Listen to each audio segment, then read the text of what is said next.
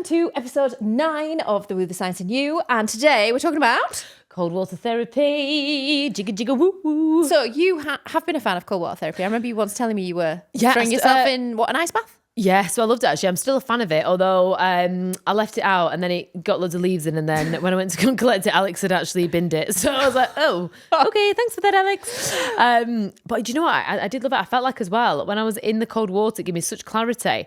And then, and I also lost weight. Like I felt like I was getting like a bit of a six pack. Well, I might be able to tell you the science about that. Go on then. So today I think we should talk about our experiences of cold water. I'll give you a little bit of the science behind it. And stay tuned for at the end because we always like to share our recommendations of what we're interested in at the moment. Amazing. Yeah, so tell me about how you were feeling when you were using that and what were you doing? What was your routine? So my routine, I'd get up at 5 a.m. and then I would go out and go into the cold water tub. 5 a.m. Yeah, I loved it. But do you know what's interesting? I'm trying to get up at 5 a.m. now and I can't. I'm so tired. I just don't get out of bed. And every time I don't get out of bed, I feel angry and frustrated. I always get the guilt because you always hear about all these like people who are like, this is how you have to succeed in life. That's you what have to get up at 5, go for a cold shower, be in the gym for 3 hours. I was that knobhead. And you had kids? Because I always think these people don't have children. Yeah, no, I was that knobhead. Like literally I'd get up at 5, do the cold water or do the gym, do the cold water. But saying that though, the reason why I'm not, this is basically I did a belief coding session to understand why I wasn't coming up at 5, then I couldn't finish the session. And I think that's my subconscious blocking me, because when I'd get up at 5, I'd go to the gym near Sowerby and this guy would literally crucify you to a point where I couldn't walk, and then I would come back and do the cold water dip. So because I feel like I stopped doing, well, because I did stop doing that, my subconscious now thinks I've failed. So I'm not getting up at 5 a.m. to avoid failure. Isn't that crazy? Well, it's also just really nice to be in bed. That's my theory. And I really like sleep, and I'm not very good at going to bed early, but you're an early bedder, aren't you? Well, yes and no. So again, I love being in bed early, but I loved getting up at 5. I used to get up at 4, like 2 years ago. I loved it though, because it's so quiet. It's nighttime. No, it's amazing. But I know it sounds like knobby. Oh my God, you're like that actor. Who was that actor who like showed his regime and he got up at like 3 or something? What's his name? Famous guy. Arnold Schwarzenegger. No. But you know. Anyway, and he was like, and I pray for an hour, and then I go to the gym for 2 hours, and then I have a shake, and everyone's like, oh, you are a knobhead, yeah. Yeah, I think I like him. I think that's like my perfect life. Whereas I do the things that I tell everyone not to do, which is go to bed too late and get up and look at my phone when I wake up. I read the news. Yeah. Oh God, man. How do you start the day with your news? I can't read the news. Honestly, like even like I feel like I repel the news. Like when I look at it, it instantly I get the doom feeling. Like literally, it doesn't set me up in a great way. Maybe sometimes it invigorates me. I get kind of like I'm a bit like fiery. Well, because I'm quite interested in politics and things. Yeah. So I'm like, this has happened. Oh, Paul, guess what? I'm the opposite. I'm like, it's all fixed. Every bit of the politics is fixed. The system. Well, sometimes I'm like angry about it, but you know, it gets me. And I sometimes think, well, I'm not allowed to look at my phone at night because of the light. So at least first thing in the morning. But I also actually, we're veering right off topic here. Yeah. But I do, as soon as I come downstairs and let the dogs out, I do try and step outside and see the daylight and let them I feel like you need to see Sophie's view. It's amazing. So she doesn't just step outside, she steps outside onto literally the top of the world. Her view is insane. But yeah, sorry, cold water. So cold water swimming. So interesting that you did it after the gym. Yeah. Pop quiz. Go on.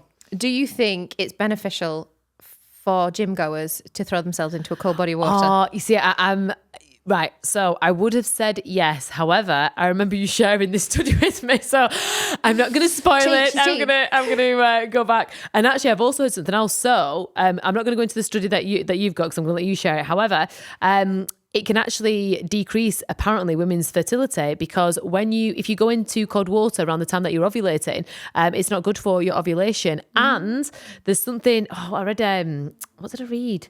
I forgot I read something as well, like literally sometimes your body will naturally repel it because it's not allowing you to produce some sort of chemical. I'm going way off here. I don't even know. Well, that's interesting. I would be interested to read a bit more about fertility. But yeah, so going back to kind of gym goers. Yeah. Because loads of like people, like I used to go to quite a like serious kind of training gym where they do all the high rocks stuff. And often they'd have a high rocks day and then they would bring one of the ice baths for people to jump in afterwards. Oh, nice. And there's lots of like big beefy men who want to get big and muscly. And actually it depends what you want. So the answer is it depends. Yeah. If you are, for example, like a long distance runner or an endurance athlete or something like that, or you want to just be able to. So, for example, when I did the marathon a long time ago, I did an ice bath when I got home because I wanted to be able to go to work the next day. So essentially what the ice bath can do is kind of soothe your sore muscles and you're going to feel less terrible the next day. So if that's important to you, then that's a good option. However, if you want to build muscle, then don't do it, because the way you build muscle is by having like micro tears in your muscle. And then as it heals bigger. Yeah. Kind of put simply. So when you get yourself in an ice bath, you prevent that. So you don't get that kind of big muscle building. Oh, what about this, right? So when I started to do my ice baths, like I like to call it puppy fat. It's a puppy adult fat. And then when I started to do the ice baths, like literally I hadn't changed anything. Oh no, because I started to exercise. I know this is before I started to exercise. Is it? Oh, I don't know. Basically, I noticed that it was as if I was like shredding fat. So like I could start to see like a little mini six pack.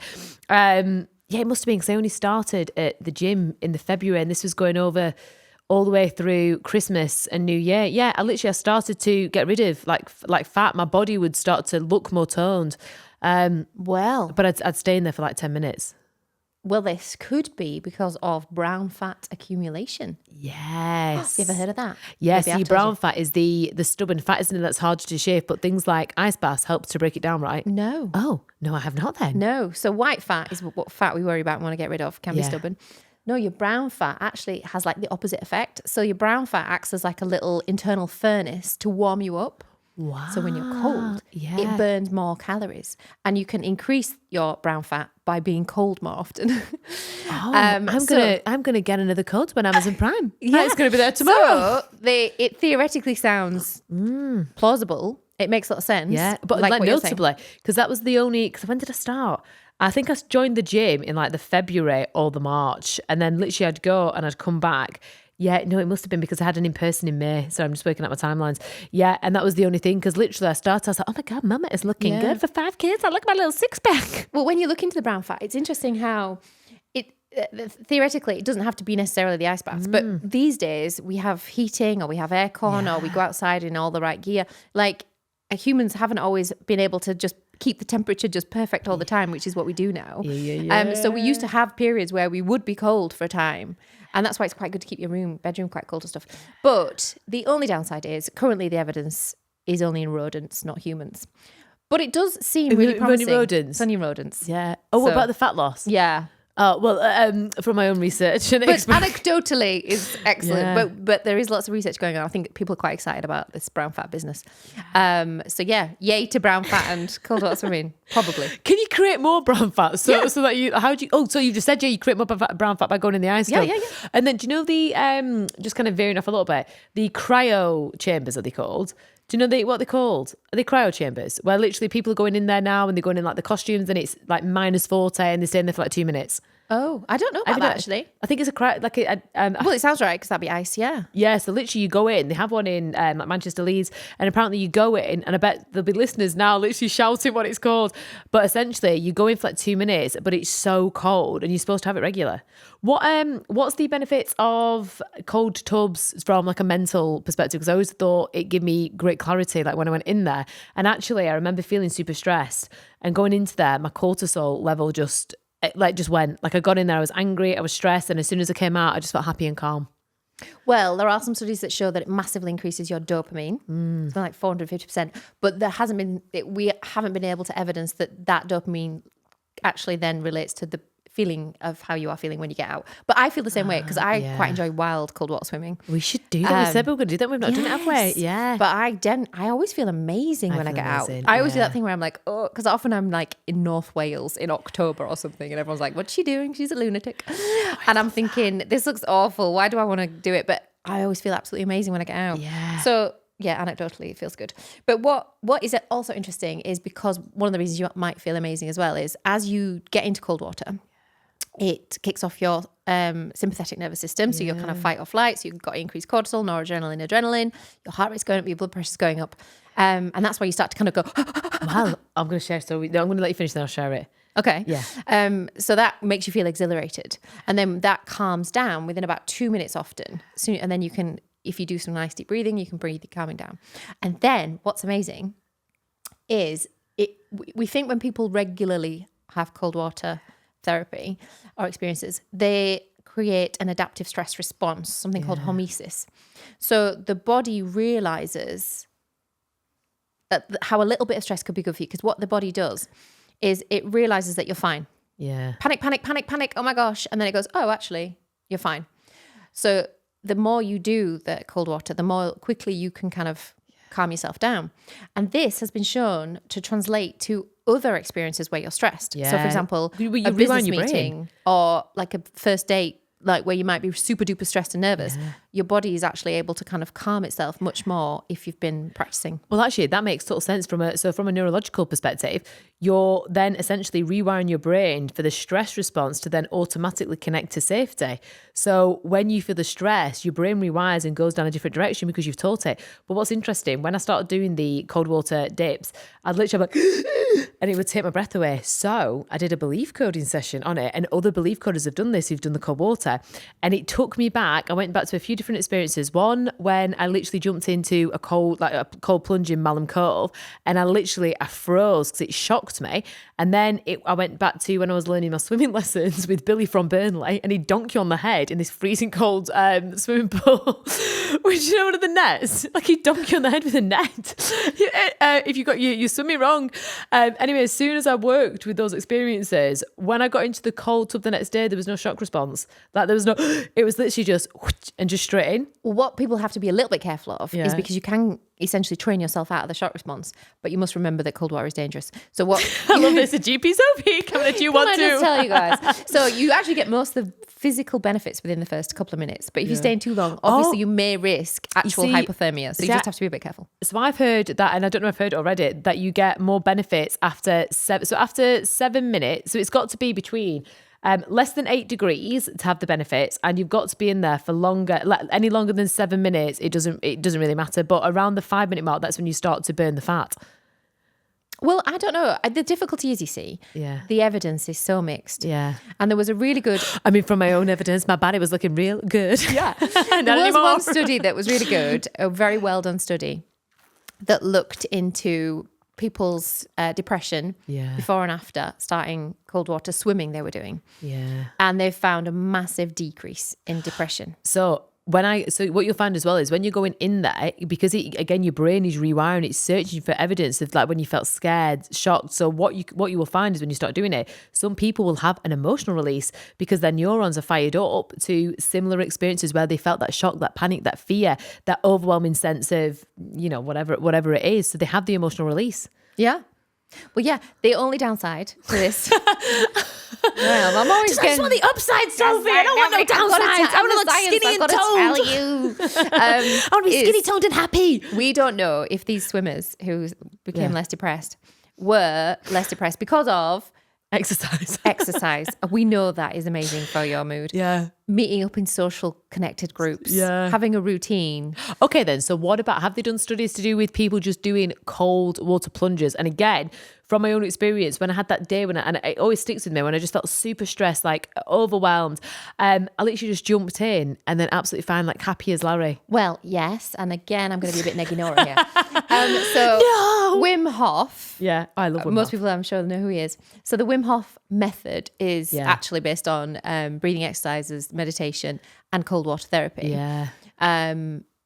So they claim that within 10 days they can kind of transform your life and get rid of all your physical and mental health problems pretty much. Yeah. So there was a really Sounds like belief coding. But it's not as good. Which is now scientifically backed, yes, FYI. Exactly. So this is the opposite. So they say in 10 days it's going to work. So in Nature magazine, which is like a great big, very well-to-do journal, they did a study on it, a really good study. And they did it for 15 days, which is 50% longer than they claim it should work. And they found no benefits. Wow. So they found in 15 days it makes no difference to people's depression, anxiety. But I think they probably overpromised. I mean, 10 days, you're asking for a lot to completely change people. So I think maybe if you get into the habit of doing it. You see, this is where I'm like, I mean, I promised that in 90 minutes. But I think this is the thing, when you're rewiring people's brains, this is just cold water, which, you know, has got some benefits, but. Yes. Well, I suppose though, but then even with the breath work, like all that, so from my understanding, that because it creates chemical change in the body, like people can literally have the same sort of thing happen. Like they can literally feel the depression leave the body after breath work. But essentially, if they're doing that alongside the cold water, do you think that would work? Do you know what? Actually, you've got to be super duper careful. Just to make this clear, oh my God, I'm such like a safety.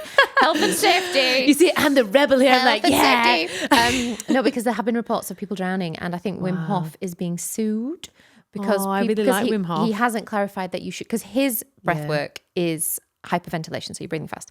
Yeah. But if you do that, you can often faint, which if you're in a controlled environment is usually fine. Yeah. If you're in a body of water, often by yourself, which is what has happened to some people when they drown. Oh no. So don't do both together. Yeah. But yes, I think theoretically the whole idea of cold water therapy and some meditation and some breath work. Well, it makes sense that it's going to be good. Yeah. But yeah. Oh, and the other, just whilst I'm on health and safety, what actually is really interesting. So I've talked about I'm going to wear my hard hat next time. I'm smoking in the background behind the garage. I'm not. I don't smoke, FYI. No, it's also actually interesting for geeks like me. So we've talked about your sympathetic nervous system being activated. But if you put your face under the cold water, there are sensors on your face that activate your parasympathetic nervous system in cold water. Yeah. So that obviously does the opposite. So it brings down your heart rate and blah, blah, blah. But if you jump straight into very cold water, put your head under, then you've got the parasympathetic and the sympathetic fighting against each other, which can cause your heart to go into an irregular rhythm, an arrhythmia, which can be very dangerous, especially if you've got I don't know what this means. Yeah. If you've got kind of any underlying heart condition, that can be super duper dangerous. Most people will probably just maybe not even notice it and settle back down to a regular rhythm. But essentially, don't throw yourself straight in and put your head under. Don't do it. Oh, see, that's what I used to do. I looked crazy. I'd wear like one of the girls' swim caps. Literally have like an egghead.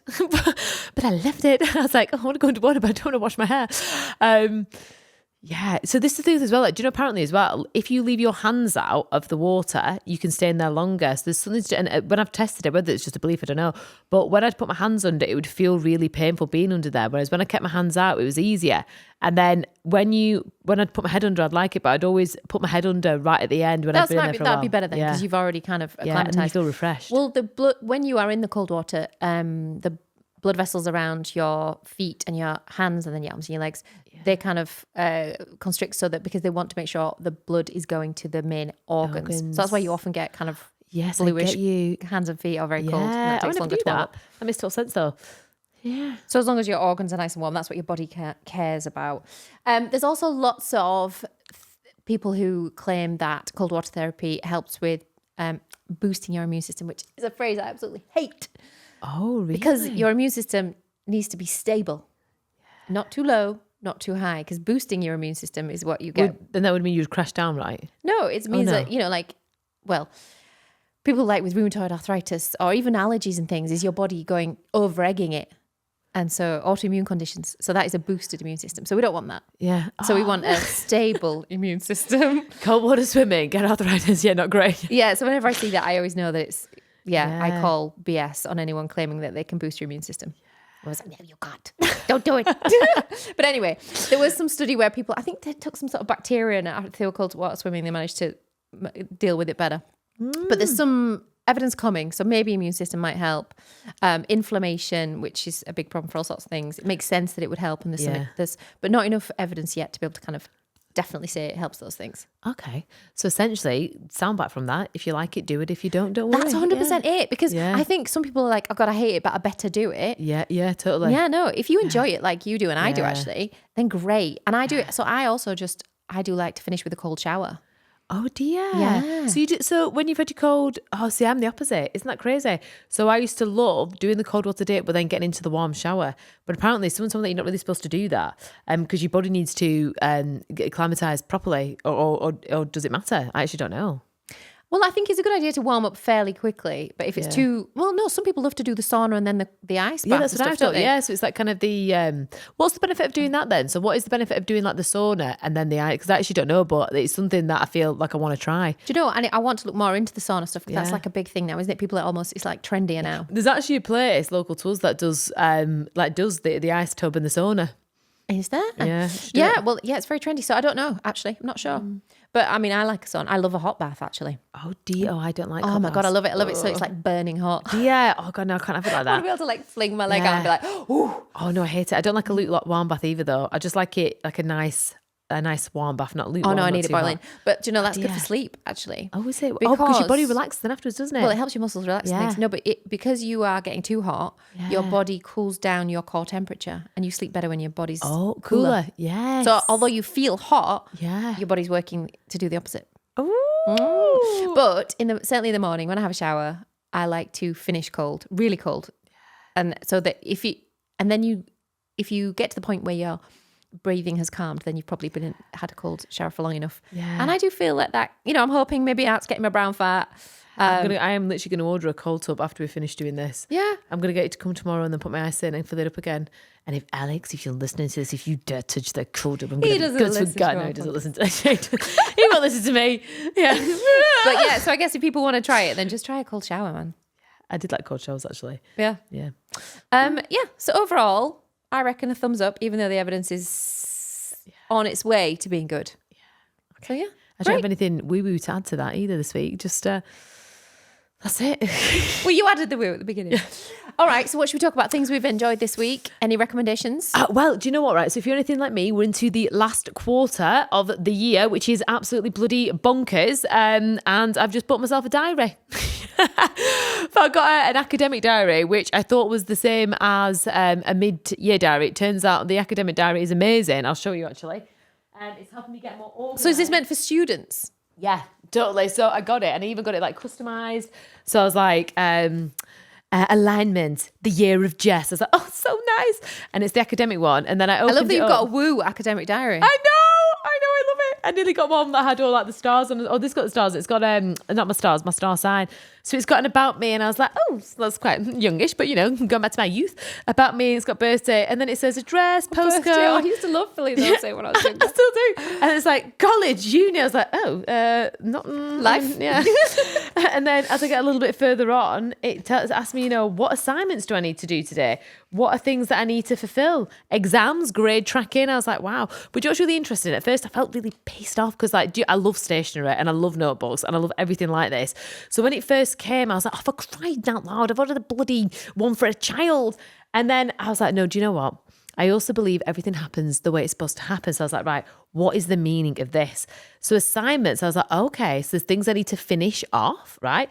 And then exams, maybe I need to examine where I can improve things. And grade tracking, maybe I need to track my progress to see my wins. So I've actually turned it into a massive positive, but I love it. It's from a company called Papier, and they just do the most cute, just amazing diaries. Have you been it? And I even bought these stickers. Oh, what's that? Actually, that's a delivery dress for something. Actually, we'll put that back. Well, I think there is something really nice about handwriting stuff and stickers. I love it. Whenever I am coaching people and I say, get actual pen and paper and write it down when you're thinking about your goals and what you want to achieve. And then when you are achieving them. Yeah. And there's something I think quite amazing about if you tick off a goal. Yeah. We have a whiteboard in our kitchen when I'm trying to do my tasks. And sometimes I cheat and I write something I've already done just so I can tick it and get a little boost. That is definitely cheating. Well, I'll tell you what I've done actually, and I will share this. So I've just started, one of my clients, she's called Sally Wilkinson, she's amazing, and she did this 100-day challenge from to fabulous, and then she's put down, she's amazing, she's totally amazing, but she put down all of these things that she had to do every single day for 100 days. So I've basically done the same, but I could only fit 35 days on my little sheet, but I put all these things down that I want to do every single day for 35 days, and just seeing it on that list for me to tick off in green if I've done it or red if I haven't, it's made me do them. So one is 80 sit-ups a day, 80 squats a day, put a wash in a day, definitely make my bed every day, drink 3 litres of water, 45 minutes walking the dogs. But I've started to stuff that I'd maybe miss a day or now a day, I've started to do it religiously. Fucked fabulous, I love it. Yeah. I'm going to have to put a swearing thing on. I'm going to this now. Beep. I've called mine the reset. I was like, I can't really steal what Sally's done. So I was like, the reset. Oh, well, it's not, good. yeah. It's okay, isn't it? It's pretty average, yeah. All right, I'll choose what I'm going to talk about. Okay. Behind here. Right. Oh. I think I have almost... I've done this. Have you? I think I have an unhealthy obsession with lashes, don't I? I'm always talking about it. This is a Facebook ad special, isn't it? Oh, it's probably Instagram got me. Yeah, that's where I got mine from. Yeah. So yeah, for all these things we're recommending, we no one ever pays us for anything. So this is just what we actually like, guys. So you've done this. The lash like lift, Diabo. Yeah. I don't know where mine is though. So you can do mine later. Yeah. So you do your at home. What's it called when you go to a beautician and do it? Lash lift. Oh, so there's initials. I want to say like PPL. That's my punchline. LV. I'm gonna just go with whatever you think. Yeah, but I am always too busy to get to a beautician to get things done, and also like to just save money with bargains. So yeah, this was, and I did it, and I was actually super impressed. It really worked. And at first, I thought it was going to be really, like, when you watch the video on how to do it, I was like, oh god, this is hard. But actually, once I got going on, it was fine. Do you know what? So when you do the lash lift, you've got to put you put the glue on, then the thing, then you've got to put cling film around it. I sacked off the cling film. Oh, did you? Do you know that's kind of rebel I am. You are a rebel. See, I did the cling film. I was like, oh, for crying out, I couldn't get it to stick, and I was like, oh. But I also did Olive and Poppy's eyelashes with the same thing. I did Betsy's, but hers didn't work as well because I was so anxious that if all our eyelashes fell off, that she would really shout at me. So, not that it burned her eyelids. No, not that I'm worried about her health or well-being. Just I'm scared of her. Yeah. Me too. That's the joy of 13-year-olds. The joy of teenagers. Teenagers that scare you. Terrifying teenagers, literally. Yeah, I feel that. So yeah, okay, great. Well, that was another good one. I know. Do check out our other episodes because this is number 9. And then 10 is the last one of the series. Oh, so you have 9 whole episodes to catch up on if this is the first one you watched. And please let us know what you think. Comment, share with anyone else. Definitely share. Like literally, like the stuff we share, I like to think is pretty cool. I think we're awesome. Yeah. All right, thanks for watching. See you soon. Bye.